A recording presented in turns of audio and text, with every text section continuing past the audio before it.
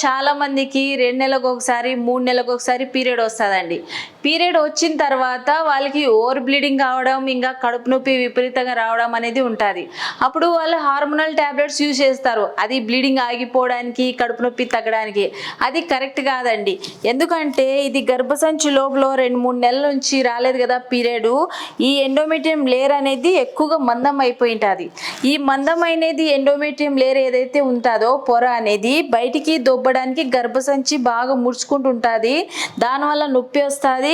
ఇంకా over bleeding అంటే మనం ఏదైనా అడ్డం పడితే ఎట్లా ఎక్కువ వాటర్తో పుష్ చేస్తుంటామో అట్లా ఓవర్ బ్లీడింగ్తో గర్భసంచి అయితే బయట పుష్ చేయడానికి చేస్తుంటుంది. కాబట్టి మీరు దీనికి ట్రీట్మెంట్ ఏంటంటే మీరు గర్భసంచి క్లీన్ చేయించుకొని ఆ పొర అంతా తీపించుకోవాలి. కానీ మీరు మామూలుగా అయితే ట్యాబ్లెట్స్ అనేది యూజ్ చేయకూడదు. హార్మోనల్ ట్యాబ్లెట్స్ ఎస్పెషల్లీ యూజ్ చేయకూడదు. ఎందుకంటే పొర అలానే ఉండిపోయి మీకు క్యాన్సర్ వచ్చే అవకాశం ఉంటుంది.